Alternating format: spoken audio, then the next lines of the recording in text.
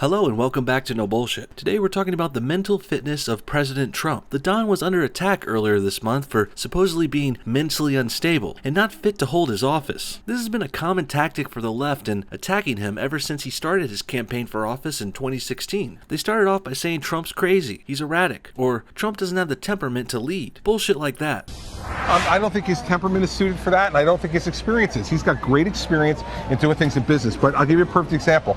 If he doesn't get what he wants from John Boehner, you can't fire him. You can't say, Mr. Speaker, you're fired. Mr. Majority Leader, you're fired. You got to learn to work. Yes, I think the Republican nominee is unfit to serve as president.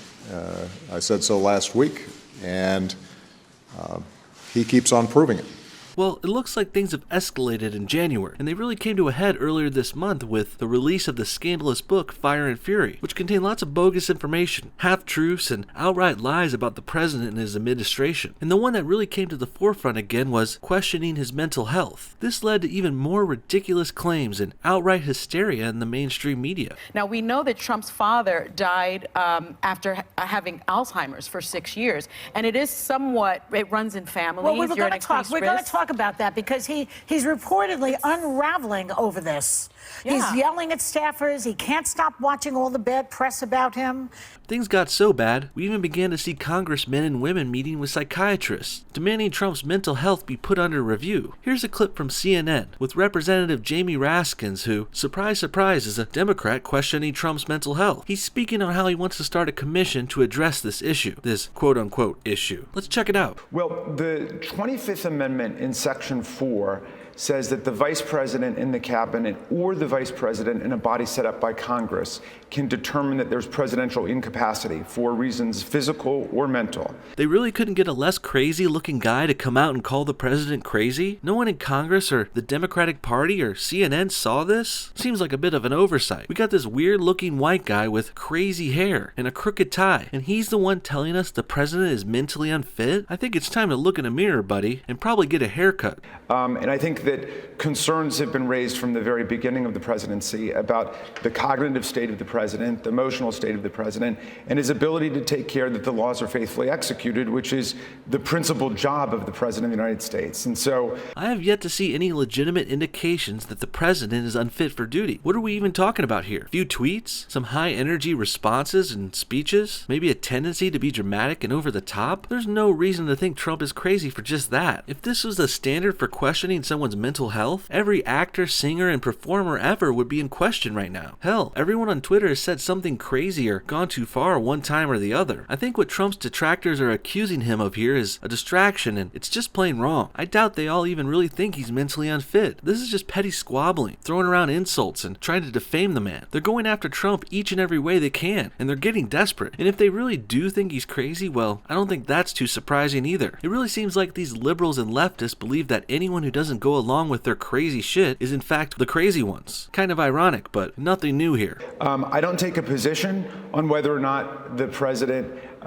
currently has capacity or incapacity, but I'm taking the position that we've got a constitutional responsibility to act under the 25th Amendment to set up the body that's been called for. Oh, please. No one's buying this "I'm not taking a position" crap. Not only are you the one bringing up this commission to question the president's health, you also look like you're trying to hold back this little sleazy smile here as you say this. We know what you're really thinking, guy. And this isn't where the story ends. Not even close. There was even more fuel added to the fire, to this shitstorm, when the APA, the American Psychiatric Association, was forced to chime in. They issued one of their rare statements because they couldn't keep quiet on this. Here's what they had to say. Anyone who hasn't personally examined the president shouldn't speculate about his health status. Doing so undermines the work of psychiatrists, who operate like physical doctors by reviewing patient medical history and performing a thorough examination before offering any diagnosis. A proper psychiatric evaluation requires more than a review of television appearances, tweets, and public comments, the APA said. Psychiatrists are medical doctors. Evaluating mental illness is no less thorough than diagnosing diabetes or heart disease. It looks like the APA is none too happy with what's going on here, as they should be. The caution here stems from what's known as the Goldwater Rule, which surfaced after a petition signed by over 1,000 psychiatrists was published in 1964 by Fact magazine, claiming that the then GOP presidential nominee, Barry Goldwater, was psychologically unfit to be president. Goldwater, who lost the election, later won a libel suit against fact. This caused the APA to issue a ruling prohibiting mental health professionals from commenting on the well-being of a public figure who they have not personally examined. So it sounds like this is something that's happened in US politics before. Very interesting. And it's probably no surprise to you that Goldwater was also a Republican. It looks like using medical experts that are biased with Democrats is one of their tricks in order to try and slander conservative politicians. And they've been doing this crap for decades, since the 60s. And with all that said, it's understandable that the APA was forced to chime in and squash this rampant speculation. Now let's see what the president's actual doctor had to say about his mental health. You're gonna love this part, guys. You see, the thing is, this play by the left to question the president's mental faculties, this turned out to be a big mistake for them. Earlier this week, the results of Trump's test with the official White House doctor were released, and Trump scored a perfect 30 out of 30 on the test. Not just a high 20s, not just a good grade, he almost did perfect. And this gave him an all too easy public relations victory. Woohoo! By having the liberals set him up for this, Trump can now tout the results of a baseline cognitive test that asks patients to identify common animals and to draw a clock. The president was said to have aced this test, and the White House doctor said he found Trump to be very sharp and declared that the president performed exceedingly well on this screening test. Way to go, anti-Trumpsters. You just enabled Donald to score positive headlines once again. Not only have their claims been proven bunk, but Trump's doctor, the White House doctor, the same that's been there since Bush and Obama, so there's no bias here. Well, that doctor not only cleared the president for duty, he said he aced the test and did almost perfectly. We're going to win with trade.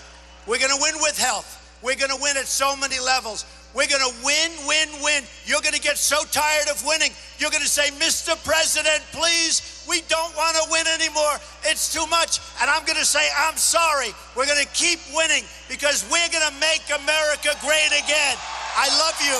Thank you. So Trump's not only average or above average, he's doing great. And Trump's not only mentally fit either, he's also physically fit. He's as healthy as a horse, especially for a 71-year-old man who still likes to eat steak, burgers, and drink soda. Some people just have the genes to be able to eat whatever they want, and some don't. Luckily, our president does. Plus, on top of that, Trump doesn't smoke or drink alcohol, which is probably another reason he stayed so healthy for so long. Besides weighing a few extra pounds, which, let's be real, who doesn't need to lose a couple lbs? Well, besides that, Trump is good to go.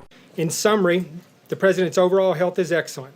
His cardiac performance during his physical exam was very good. He continues to enjoy the significant long-term cardiac and overall health benefits that come from a lifetime of abstinence from tobacco and alcohol. So now that we've heard from the only doctor who has any authority to speak on Trump's health, and he said Trump aced his test and is healthy and fit and mentally astute, where does that leave us now? Well, this is just another in a series of major fails from the liberals and Trump's detractors. They've been bigly wrong about him so many times it's starting to get hard to keep track. First they said Trump would never get the nomination in 2016. Then they said there's no way he could win the election against Hillary. The left, the polls, and the media were all majorly wrong about that. Then they said he wouldn't make it through the first year of office, and he certainly wouldn't have a successful first year. And of course, they were wrong again. And they were so sure Trump colluded with Russia, it was just a matter of time until they found the evidence and had him impeached and possibly locked up. But luckily, the left was wrong again. And finally, this month, they were so sure after the Fire and Fury book came out that Trump would be found to not be capable or mentally fit for office. And as we've discovered today, they were so sure again, yet so goddamn wrong again. I've spent almost every day in the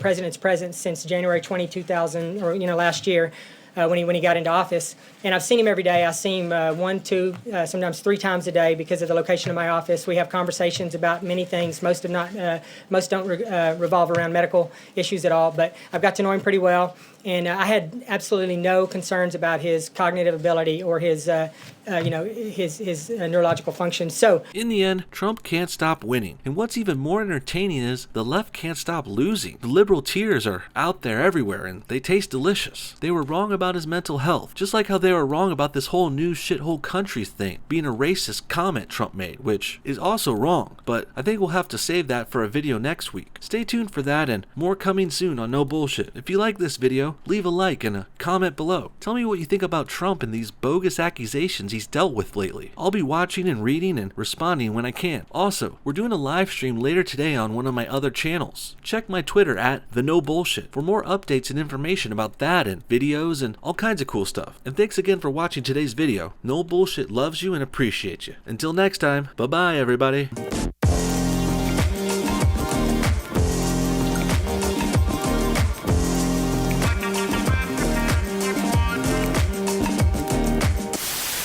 One more thing, I want to give a special thanks to these amazing Patreon supporters. You guys are the best. You guys went above and beyond the rest, and I love you so much for it. If anyone else wants to donate or join our Patreon crew, link in the description. Thanks again.